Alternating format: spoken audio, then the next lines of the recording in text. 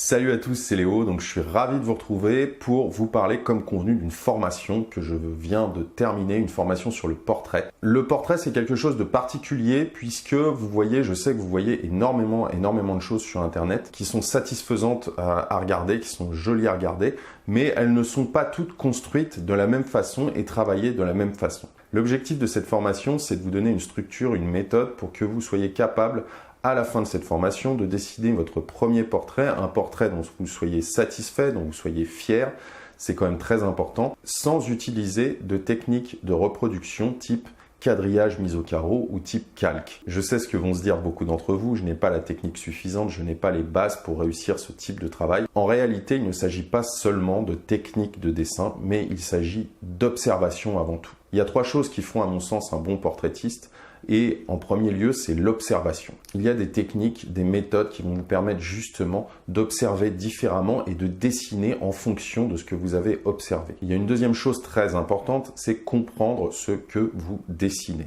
Bien souvent, dans ce que vous voyez sur Internet, les gens ont fait appel à des techniques de reproduction pour placer leur esquisse et ensuite ils modèlent et ils contrastent. Mais ce que j'aimerais que vous soyez capable de faire aussi, c'est une différence énorme, c'est comprendre comment se structure un visage et être capable de le dessiner sous tous les angles. Ça fera une différence énorme puisque ensuite, quand vous aurez affaire à un modèle, que ce soit un modèle vivant ou un modèle d'après photo, eh bien vous l'observerez totalement différemment puisque vous comprendrez la structure du visage et comment circule la lumière sur ce visage, c'est fondamental. Donc, je dirais là où les dernières choses qu'il faut avoir, c'est le travail, la persévérance et la patience. Mais ça, vous en doutez bien, si vous ne travaillez pas, si vous n'avez pas le temps de travailler, ça ne fonctionnera pas, évidemment. Donc, ne vous laissez pas impressionner par la ressemblance et le réalisme, puisque ce sont des notions qui viennent avec le temps et avec une structure solide. Et c'est vraiment le contenu de cette formation. J'ai axé le contenu de cette formation pour qu'elle soit accessible, évidemment, aux débutants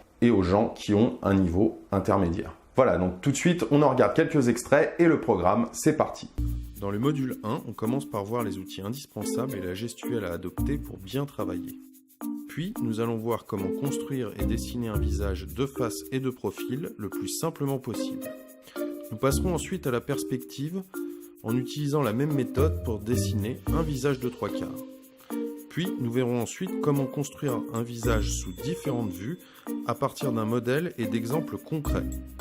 Nous étudierons les différences morphologiques entre les hommes et les femmes et nous verrons comment accentuer les traits pour vieillir un personnage. Et bien sûr, nous verrons les proportions et la structure pour réaliser un portrait d'enfant. Enfin, nous verrons aussi comment s'articulent et comment dessiner et structurer les différents éléments du visage. Dans le module 2, nous allons commencer par étudier la logique de l'ombre et de la lumière sous différents angles à partir d'une sphère. Puis, nous passerons à la pratique du dégradé en apprenant comment, à partir d'un simple cercle, modéliser une sphère en 3D.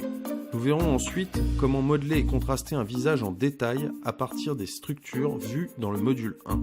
Pour finir, nous terminerons par une méthode pour styliser et dynamiser vos portraits.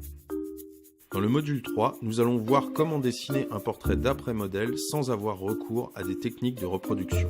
Nous allons voir ensemble la méthode classique et les techniques d'observation pour bien construire et réaliser son esquisse. Vous verrez également en détail l'évolution du modelé du visage et du contraste jusqu'au dernier détail. En plus de ces près de 4h30 de formation vidéo, vous aurez également accès à tous les visuels de la formation pour vous exercer d'après-modèle. Voilà, comme je vous le disais, programme très chargé. Pour les gens qui ont déjà commandé cette formation en pré-vente, elle sera disponible ce soir dans votre espace client. Pour les autres, c'est la même chose. N'attendez pas, il y a une promo spéciale pour le lancement, donc vous pouvez avoir cette formation pour une fraction de son prix. Vous cliquez sur le i comme info ou sur le lien dans la description et vous y accédez directement. Voilà, je vous ai tout dit, je vous retrouve très bientôt pour un prochain tuto et une prochaine vidéo. À bientôt, salut!